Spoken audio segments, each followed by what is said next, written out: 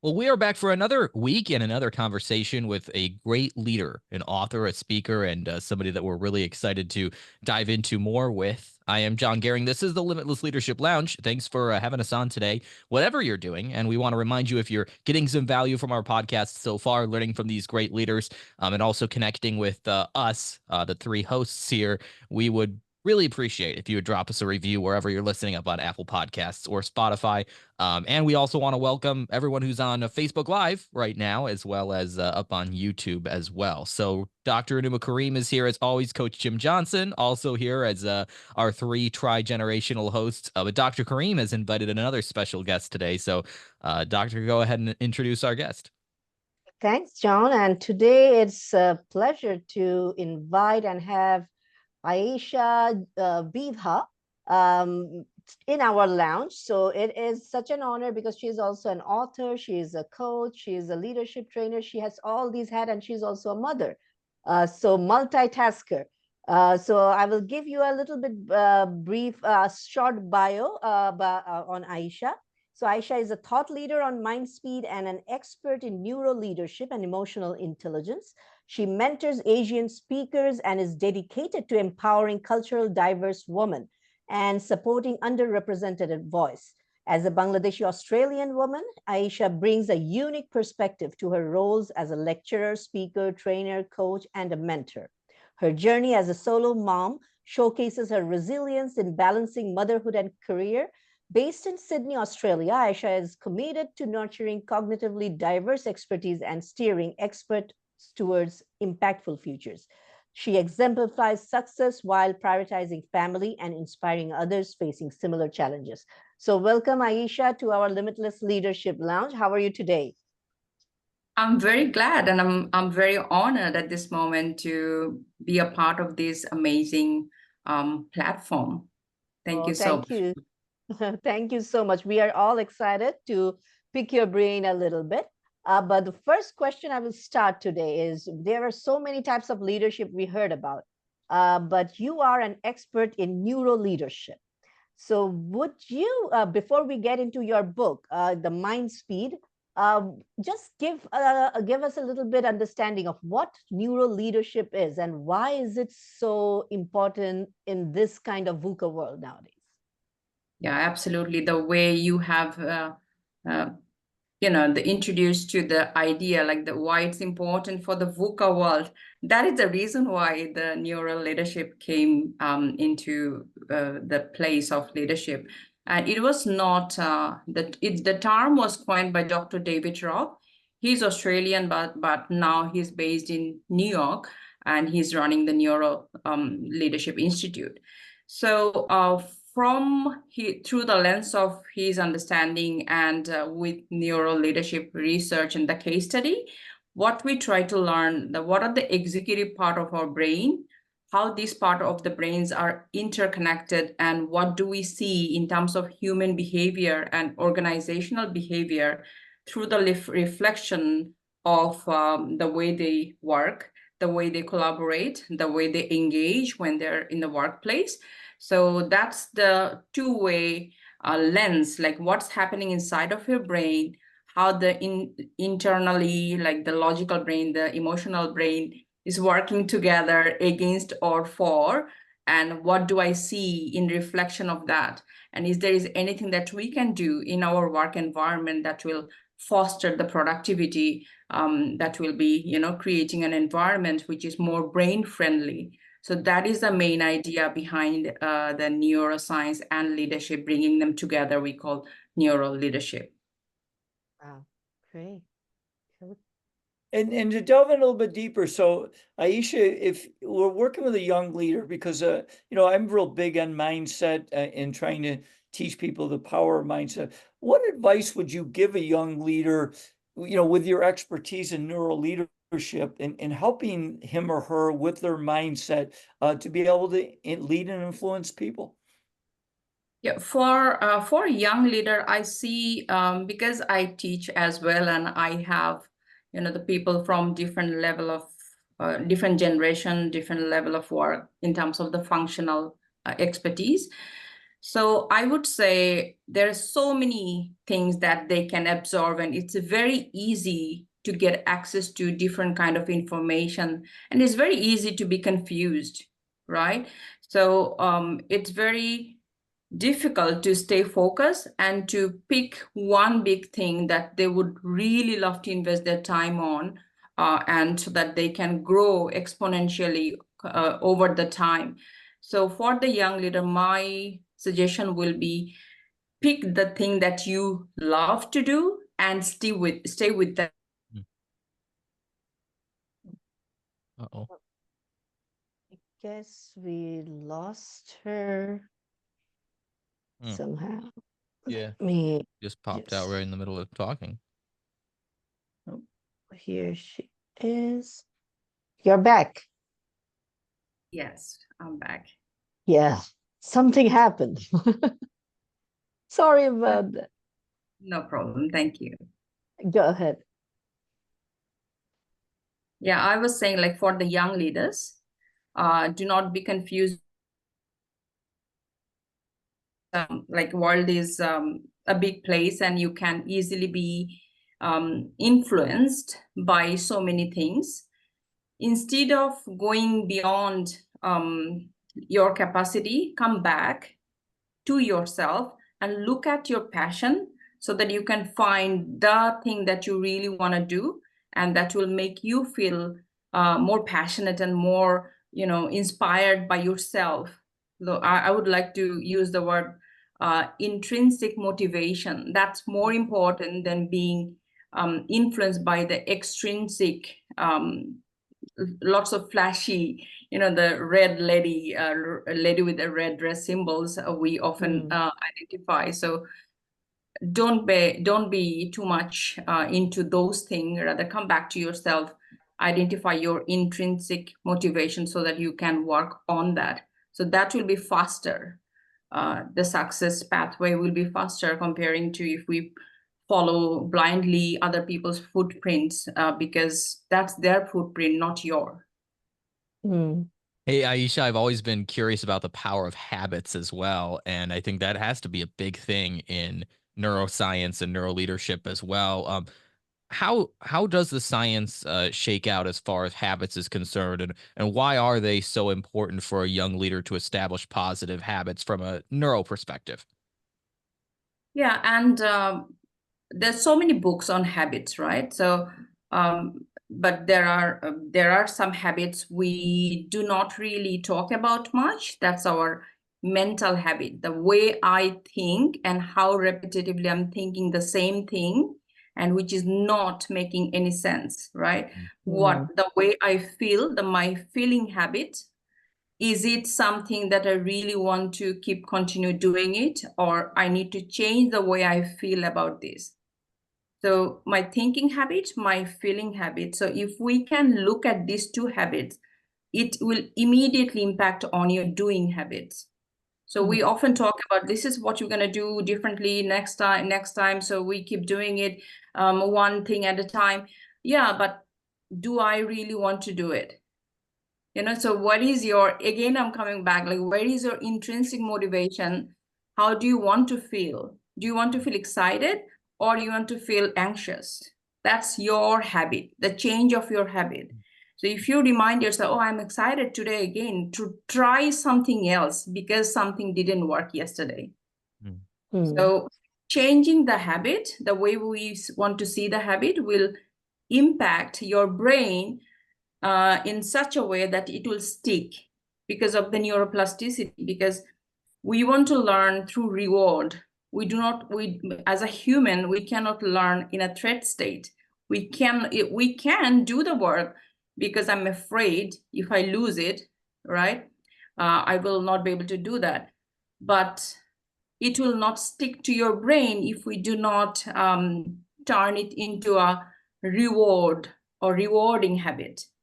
So what are the small things you can do repetitively that will make you feel good, and that will keep you inspiring, that will keep you having the dopamine, and you will be encouraged to take another step, different step, or other way, different direction. So you will continue doing it. And this is such a good example. Those who do not are not familiar with the word intrinsic motivation and extrinsic motivation. Intrinsic is more coming from inside, where you talked about passion, inner feelings, and something not you cannot hold it or cannot measure it. While extrinsic is, I will give you this money to change your behavior. And often it has been shown that if you are giving those extrinsic motivation, you will get this certificate, you will get this money. This reward cannot sustain the habit for a longer period of time. And what Ayesha mentioned, that it has to come from within, from inside. And many, I have seen that many, for example, going to the gym or exercising, oh, I will be moving, I will lose 50 pounds by the end of this month or something like that, unrealistic goals. And often we are not able to reach that. But if you are breaking it into small chunks, and then small step of habit, like overcoming the procrastination and all those things. So the motivation and also the discipline, I think, is also, the brain also needs some discipline in a way. So this is what you need to do. And often we have that association that discipline is a bad word. Right. Like in the when we were a kid, like you will be disciplined and all these things.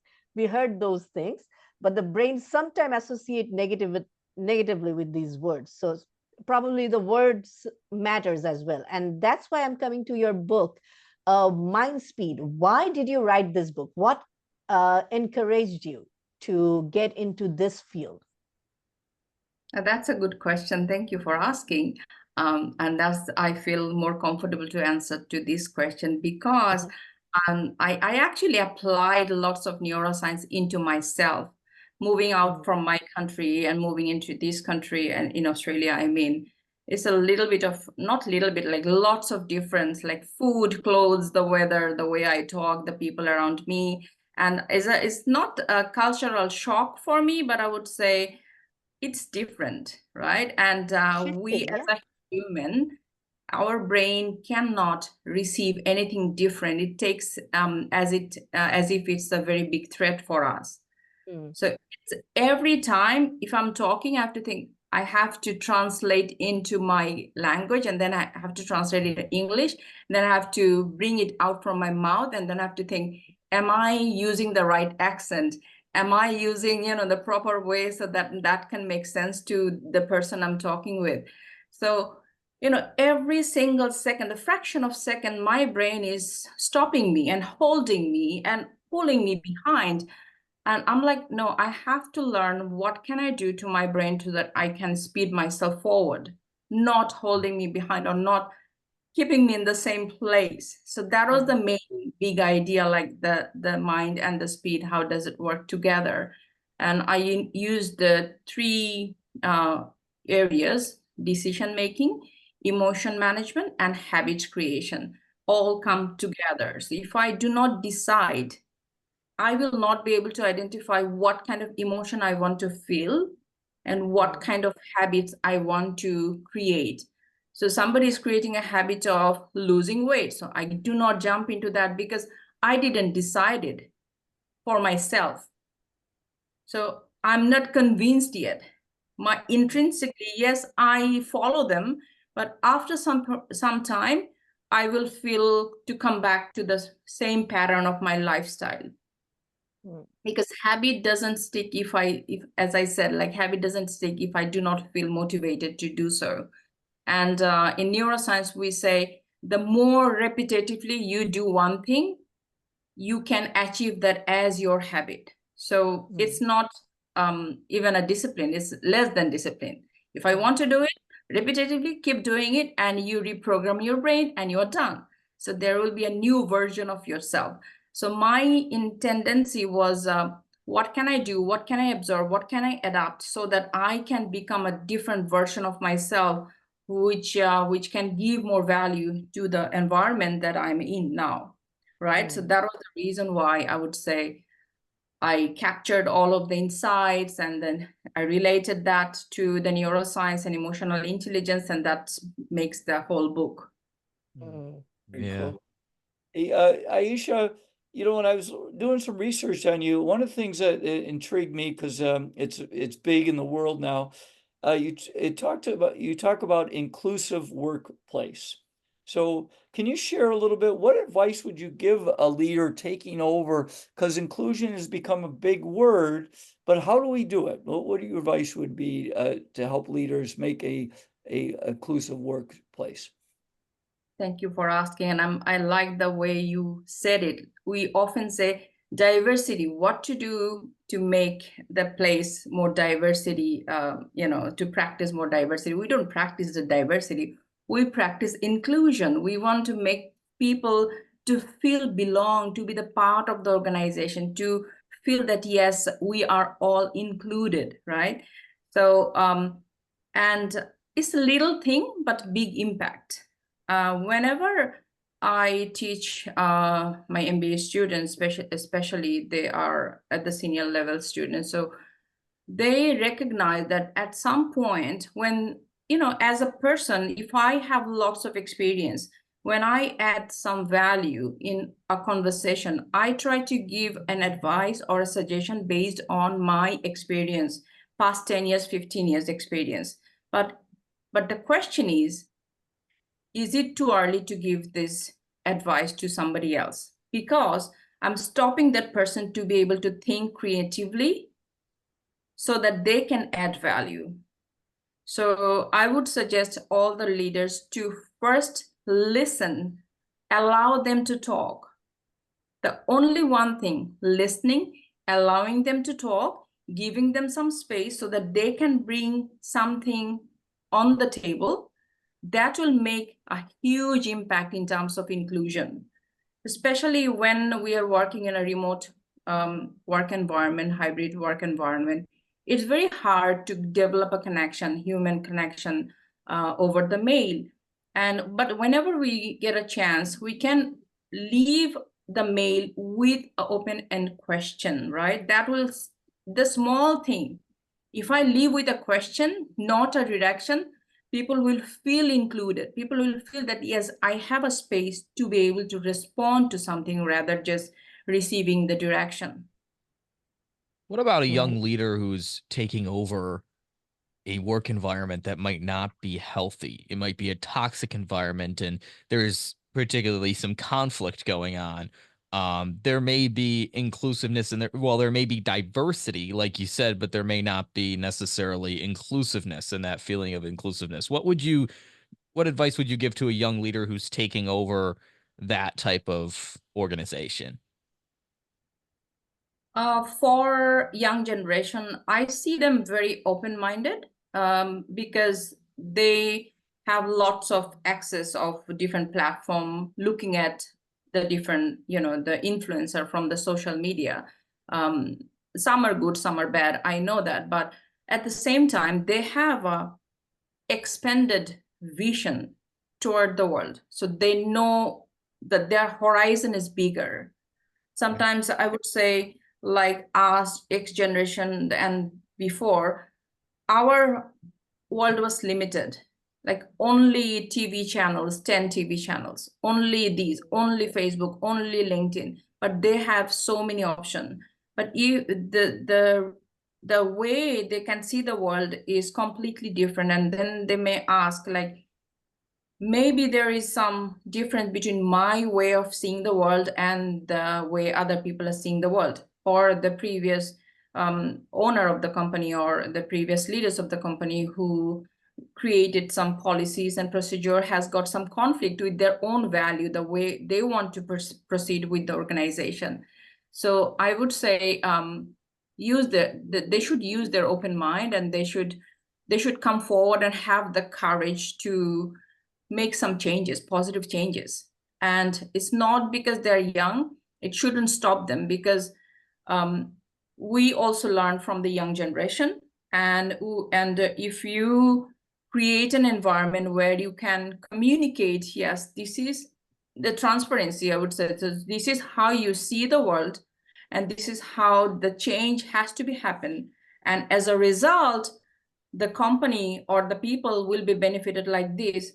So it will be easier for other people to understand, because they come from a broad idea. Now, if they do not take some time to explain it, having the transparency, communicating it to other people, then it might cause like a threat. Oh my God, he is a young generation and suddenly coming and changing the whole thing that you had been doing for last 20 years. But it's not the fact, right? The fact is like communicate transparency and explain why this is the reason it has to be done in different way. And you also, like I talk about resilience. This is another characteristic that our brain need to develop as well. And when we were growing up, we played, we communicated, and all those things. And as you mentioned, and now they have so many other sources of information. So a lot of information is being bombarded, and that area of creativity, bringing that creativity or innovativeness in the workforce, that is often not happening. So you mentioned like, I feel that sometimes when I'm quieting my brain, that is when all the thoughts and new things, new ideas are happening. But we are not able to quiet our brain. So do you have some techniques that you can advise people to how to quieten your brain to get into that calm state, and why is it needed for our brain to have that quietness?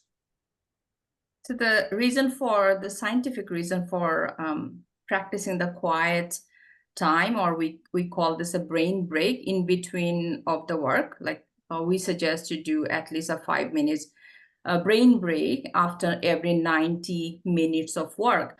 So what will happen? You are slowing yourself down and you are not burning energy. A few things, because our brain comes with a full refueled brain when we wake up early in the morning, right?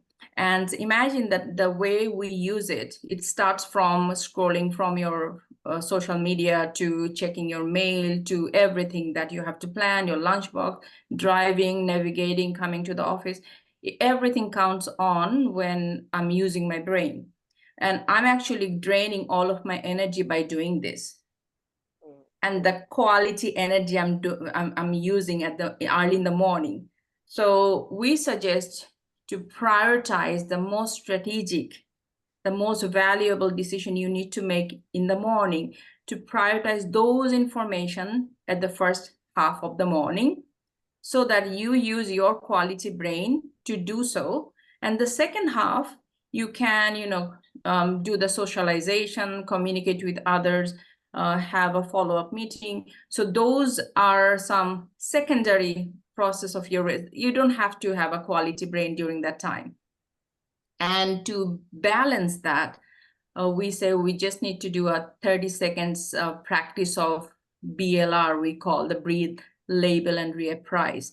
So it's from the book called Traction by Kristen Hansen. She launched that term. It's very simple, like breathe and label. This is what I'm feeling, and reapprise that no, it's not anxiety, it's excitement. Like our body, if we just tell this, our brain start thinking, oh, it's actually excitement, it's not anxiety. Because you can trick with your brain by telling and reappraising or reframing the word that you want to process inside of your brain. When you say, I'm excited, then you can think, oh, what else I can do? Oh, what are the other things I can try? So then within these 30 seconds of shifting or coming down your brain, you are enabling the insight of your brain. So that'll immediately help you to come up with new ideas, and you'll see that there are something popping up into your head.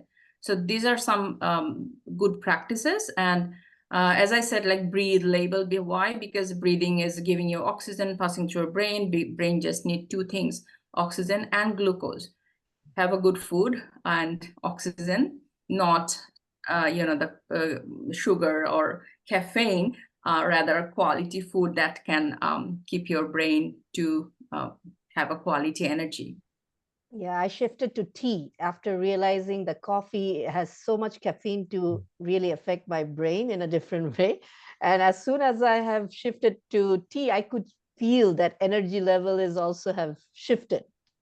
So what we take intentionally, what we eat, what we think is so important for our transformation. So that's really valuable. Ayesha, we always talk about, you know, as be a leader, you have to start by leading yourself. What I'm curious, do you have any like morning routines or nightly rituals or like daily non-negotiables that you do to help you lead yourself better? I do a lot, and I do in an ad hoc basis.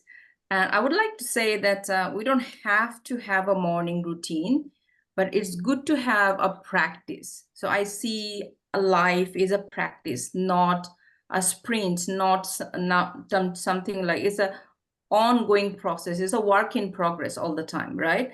So what kind of practice I can bring to myself during this time frame of my life that will align more with the job that I'm doing. Like for example, these days I'm working from home most of the time, right? So I would prefer to go for a walk outside in the morning because I will not get chance to walk outside in the middle of the day. I have to wait until the end of the day. So I would prefer to take that advantage to do the walk outside. If you think you want to go for a gym, you are working outside, you go inside of a gym and just get yourself, ready. I listen to music. I try to listen to good music, good podcasts. I try to um, like gather those information into my brain that will help me to think in a positive way. And whenever I feel down, we do. And whenever I feel like, oh, there are too many things I need to prioritize, and because I get easily stressed with too many information, I need to, okay, let me get out of this situation. Let me get out of this desk. I change the place that helps me to prioritize better, I would say. So when I move myself from one physical location to another location, just grabbing my laptop to the living room, it helps me a lot, the small thing, because I know that when you change the physical location, it gives you a little bit of different perspective. And then I come back, oh, I have to just do these 3 things today. These are most important things, and I'm happy with that. And we don't always have to finish everything by the end of the day. That's fine. We don't have to take it as a pressure. And we are human. We can sometimes just get lazy. That's also fine. Just do not blame yourself and do not feel regret that I didn't do this work by today. Yeah. And you mentioned actually earlier that you have practiced neuro leadership and some of the concepts that you've learned and studied on yourself. What does that look like? And what did you learn about yourself and about neuro leadership and neuroscience as a whole when you went through those practices? I want to start from where I finished the previous conversation. Like, I was very impatient with myself, right? I was always feeling I have to be more, I have to better, I have to be the perfect, I have to, the perfectionist syndrome was very visible in me. And the first thing I would say, yeah, I am having more patience with myself. And it's fine.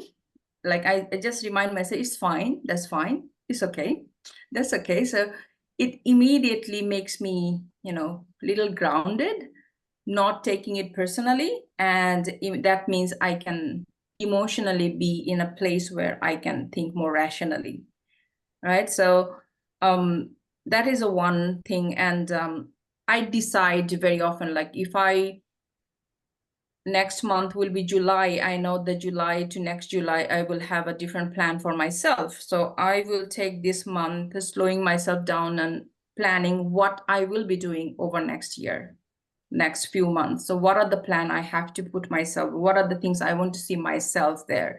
So deciding is one of the big thing for me. Like, if I decide and I stick to that, and I know that this is my priority, and how does it help me? Then I do not get confused or being indecisive. No, should I do this? Is it good? Is it the right thing to do for me? So I decide. Whatever I do, I first of all, I must decide that this is what I'm gonna do. Even I get so fussy. Even if I write the article on the LinkedIn, I decided these 3 months I will be writing on this topic. If I don't decide, I don't write anything because I don't want to make it noisy. Rather, I want to have a very intentional, the type of information I want to share to the world. That is so important to have that intention and focus and what to do. And indecisiveness also creates so much noise in our life. So that is why being decisive in so many areas is so crucial for a leader to move forward. My last question to you, Bibha, is the thoughts. We are having so many thousands and thousands of thoughts, and I have seen that in my class, I got like 30 students, and one student, if the evaluation, all 28 students have said that I'm amazing and everything. And that one student who wrote something negative about me, and that is what, like, am I a failure? What have I done wrong? And we hone so much, our brain focuses so much on that negative thing. So is it like our human tendency that we are focusing too much on negativity? And if so, how can we shift from that mindset to go into more positive areas? Yeah, absolutely. The way you said, it is natural and it's normal. We are not doing in a wrong way. So it's normal for every human being that we will be thinking 60,000 different thoughts per day. And out of that, roughly we say 80% are repetitive and mostly negative. That is the problem, the mostly negative. So I'll come back. John was mentioning about the habit. So developing a thinking habit is also very important. And what are the things I want to think? Sometimes we say the daydreaming is not, the Disney world. I mean, living. It's not because of it's not childish. Sometimes it's necessary because if you can feel good listening to a good music, thinking of something good, being in a place where everything is nice and fine and good around you, that will make you to feel more productive. Why not? And it immediately change the way you start, approaching to difficult situation, approaching to difficult conversation, because you are not infected. So I often say this example, like, you are leader, so you are the doctor. You are not infected by the patient. You will go and treat the patient, but you're not going to be infected by the patient, right? So we cannot, if we are in a place where we want to add value to the world, and people will have their own lens because they have their own living experience, because they have their own memory, and they will see through their lens. So whatever comment they make, whatever they say, they're actually, this is how they're seeing the world. It's not you. Somebody else is there. They're seeing the world through their lens. And if they're not ready, we cannot help them. But when they're ready, we can help them. Right. And that's why I now have a worry time. So from 3 to 4 o'clock, I said that this is the time when I will worry and stress about everything else. But when I wake up, I'm not going to think about all the things that is bothering me. So I consciously managed to have that worry time when I will worry about things and try to find solution. But the rest of the time, I will prioritize so that the whole day I'm not bogged up with that negative, lousy feeling, overshadowing all the things that I do. I love And that. that helps. I think I should add that half an hour in the calendar as well. Like, this is my worry. Worry time, yeah. Ayesha, you mentioned my final question. I'm curious, with all your research, because you mentioned, that you should take at least a 5-minute break every 90 minutes.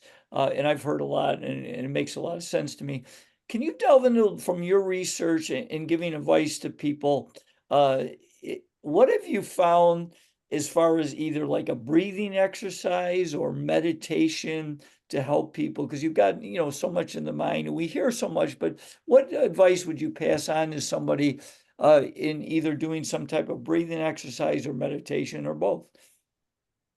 Yeah, and I see, the meditation and breathing, and we don't have to do anything extra. It's everything you can do wherever and whenever you want to, right? So except when you're driving, but you can do it at any safe place. So even if you're working on your desk, you just need to feel like, yeah, I'm just rubbing my two hands and I can feel little warmth between my hands. I'm touching my fingers. I can, that little thing can make you feel present. And that is a mindfulness, like, am I present? Yeah, physically I'm present, but mentally I am thinking so many things. That should not be the presence. That's the mindfulness. Like Eckhart Tolle used the word like presence, right? I like the word Power saying, of now. Yeah. yeah. If you are just taking off your shoes and standing on the floor, and you can also feel the temperature of the floor. So that's the presence. And when you are drinking some tea or coffee, you're smelling it and taking a small sip, and that's the presence, right? So the mindfulness is in everywhere. Like it's our breathing, and whenever, like, whatever you're doing, if you are in a meeting and having a conversation, looking at the person's eyes and the way the person is talking, the way the person is showing interest, that's your presence. And when a leader is more present, they can easily make people to feel, I'm coming back to the same word Jim used, inclusivity. We all want other people to be present when I want to talk with that person. So that is the presence, that is a mindfulness. And the breathing exercise, I would say, if your mind is running too high, like you are thinking of too many things, I would say take deep breathe and slowly breathe out. Slow breathing out helps the central nervous system to go down, and you make you feel a little less jumpy inside of you, like, I have to do a presentation, oh my god, what I will do and what I will say, if somebody's asking a question, how should I deal with that?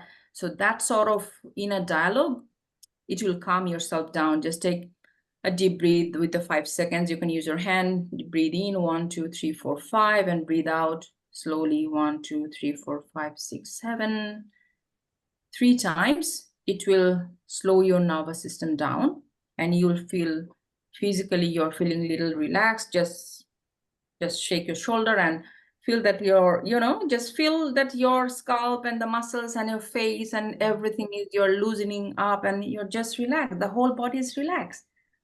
From head to toe, some part of our body is still tense. Like we are talking, but we have a tendency to the shrink ourselves and small ourselves.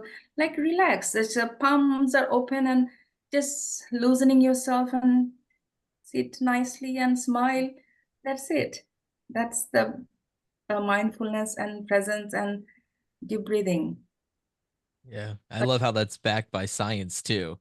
And whereas a lot of people might think that that's pseudoscience or that there's no real, value in that, that's really all that is backed by science. And those are really valuable tips to share for anyone, not just young and emerging leaders. But my final question for you, Ayesha, does have to do with young and emerging leaders. And we often hear from others that we are the average of the 5 people that surround us. And I'm curious, a neuroscience perspective from that about conformity and why it's so important, or maybe if it's not quite as important as we realize, to surround ourselves with good influences. And the other part of that question would be, as a leader, we have to work with some people who may not be good influences in our lives. How do we ensure that we maximize spending more time around those good influences, and what does that actually do to our brains from a leadership perspective? Okay, so I will go from the result and then I'll come back to the Sounds point. The good. result we want to see ourselves is our future version, right? So we want to become somebody that I envision to become. So if I want to do that, and if I'm practicing somewhere here, I will never be able to, lift ourselves to this level. Okay, so that's the logic. And now, how do I get rid of these people then? So they're also my friend. So with due respect, that yes, they're your friend, but we can, have some little healthy boundary.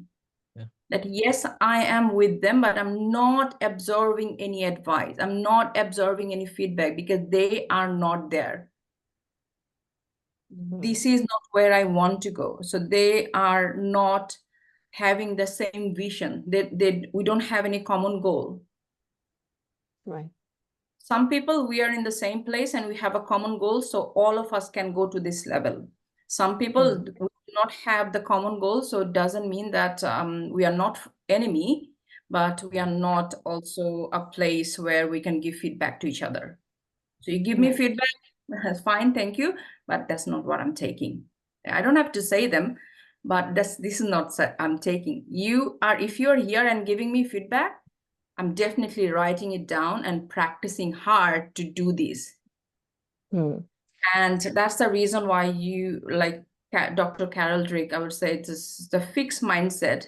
There is a practice of fixed mindset here because they don't want to grow in that level. So as a result, they don't want to get rid of the fixed mindset, which is fine. Right. That's fine for them. I don't have to pull all of them to go here, right? But I know that I have to get rid of some of my fixed mindset so that I can force myself to reach to the next level and the next level and the next level. And that's normal. And we are not enemy if we are living behind. If you are living behind, but you are a good friend, and thank you, but your advice is not valuable for me. That's how we can create a healthy boundary around me so that I'm not absorbed, I'm not influenced, I'm not, confused by all this feedback.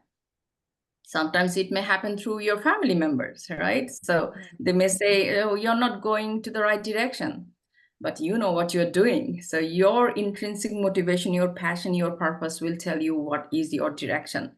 And the mentor that you want to follow, I would say having a few mentors or having people who have got the same goal, common goal, is huge.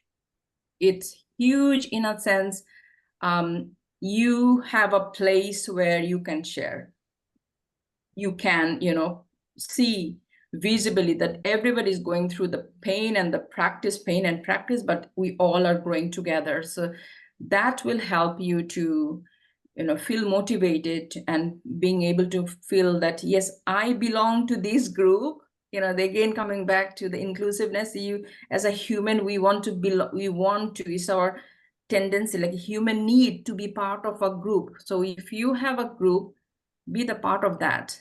And if you want to see somebody where you want to reach, definitely take their advice. These are the people who will be giving you advice. The people who are in the same goal will give you the advice, not anybody who is not willing to have the same goal. Yeah, and I just want to finally add that this is actually the reality. And with one example, there are people who have not experienced that level of success, and they're afraid to break free from the comfort zone. And when you have that high dream and you try to share it with them, the people who are afraid to break free from the comfort zone, they will always try to pull you back because they have not went through that journey, and that is why they won't understand. But and I have seen that those people who went through that journey, failure, and then in that ultimate position, they always appreciate my dreams. Like, yes, Renuma, you should go for it. I could see that you are going for it, because they themselves broke free from all those barriers. So that is why I also advise so many people that don't follow those advices of people who never walked that path, because they never went through that path. How would they will say that, oh, you should, all these failure things will happen, don't go there, and all this kind of thing. But those who have already been there, so those are the people who you should surround yourself with, who will feed you and also positively criticize you. Positive criticism is also needed when I know what are the things that I need to draw back from and everything. So I am fortunate that both here in America and in Bangladesh and all the other places, I have that group of people who are also keeping me grounded and also inspiring me or motivating me to move forward. So that is so much needed. And adding to that, like, it's not their fault, you know, Right, so right, exactly. they're having the amygdala hijack. Oh my God, I'm gonna lose her. We Right. don't want to lose her. We want to bring her back and keep her in our own, you know, inner circle. So Right. that's what we want to do. And they feel a big threat that they're gonna lose somebody they love. Mhm. Right. So, but in a place from us, we can ensure them, yes, I'm with you, but I also have a bigger dream. So Right. that's why I mentioned the healthy boundary. Like, this is the limit we have, and the other side of me will definitely go for what I would like to do for myself. True. Yeah, all very powerful points. Ayesha, I know your book is available, and you're also a speaker, and we're interested in learning if we want to learn more about you, or if we want to pick up a copy of your book. Where do we go, and where do we find more about you? So one place I always recommend is LinkedIn. I am very much responsive on the LinkedIn, and book is available on Amazon. Anybody just can write Mindspeed and my name, and it will be there.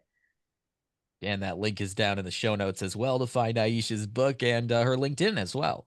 So follow her content and be sure to connect up there on LinkedIn if you found value in this conversation. Ayesha, thanks so much for coming on today and giving us some good insights about neuro leadership and teaching us a lot about our own brains and how we can maximize them for our own benefit as young and emerging leaders. We really appreciate your time today. It's my pleasure. I didn't feel like you had been asking questions. I felt like we are in our inclusivity and we are just having a friendly conversation together. Thank you so much for having me.